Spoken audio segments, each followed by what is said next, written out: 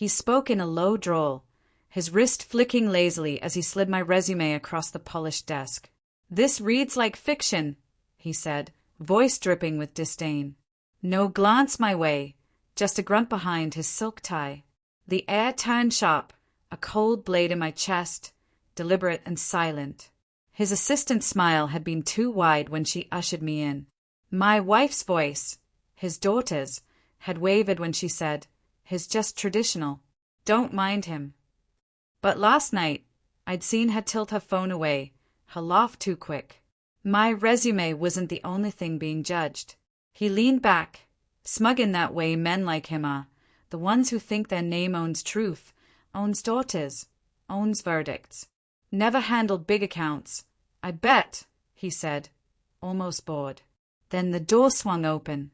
A man in a gray suit stepped in, mid-chuckle, until he saw me. His face shifted. "You're the guy," he said, striding over. "You saved my fame back in 18. He turned to my father-in-law. "This is who you brought in." The old man's smirk faded, his skin paling. I didn't smile. I didn't need to. Not yet. It started with a ringtone, sharp and rung at 2:03 a.m.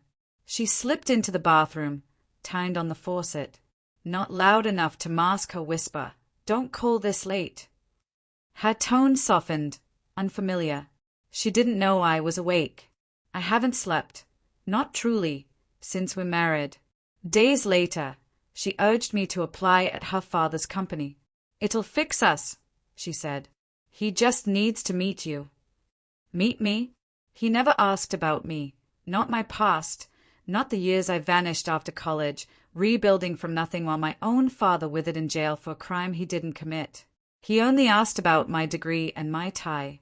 The interview was a ritual, not of skill but of surrender. She knew it.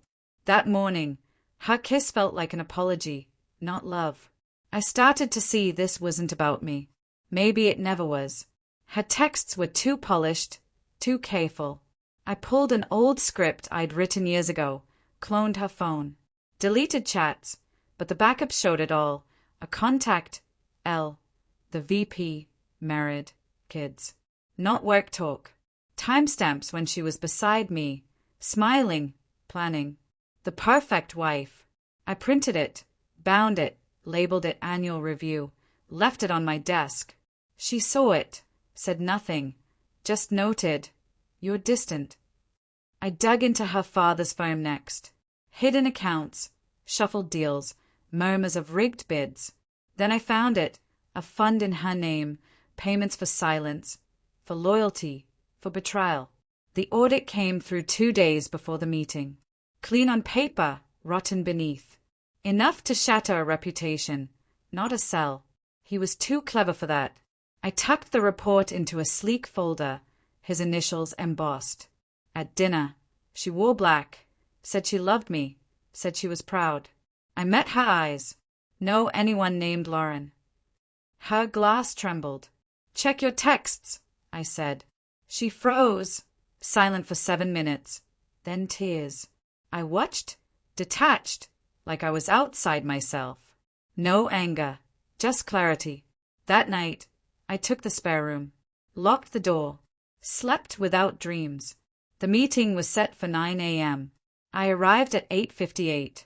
He sat there, smug, oblivious, thinking this was another game to break me.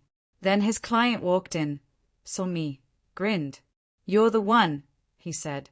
"You kept my company alive. Been looking for you since that deal." He turned to my father-in-law. "This is your hire." The old man said nothing, couldn't. I set the folder on his desk, slow, precise. He opened it, read a line, stopped, flipped another page, then another. His hands shook, sweat glistened on his neck. "You buried her," I said. First words of the day. "Used your daughter to trap me. Now she's the cost." He tried to speak, failed. The client looked between us, confused. I stood, straight in my jacket. "Compliance will handle the rest." I walked out, no glance back. She called 6 times yesterday. I didn't pick up. One text, I didn't know he'd go this far. But she did. They always do. She'll lose it all now. His money, his name, her place. Not because I exposed her, but because he made her a piece on his board. Pawns don't last. I live lean now, in a stark place. No frills, no lies. No photos, no vows, just quiet. Sometimes I think of who I might have been if they hadn't tried to crush me. Then I realize I became this, and that's a punishment, worse than any cage. I sleep now, because she can't, and he never will.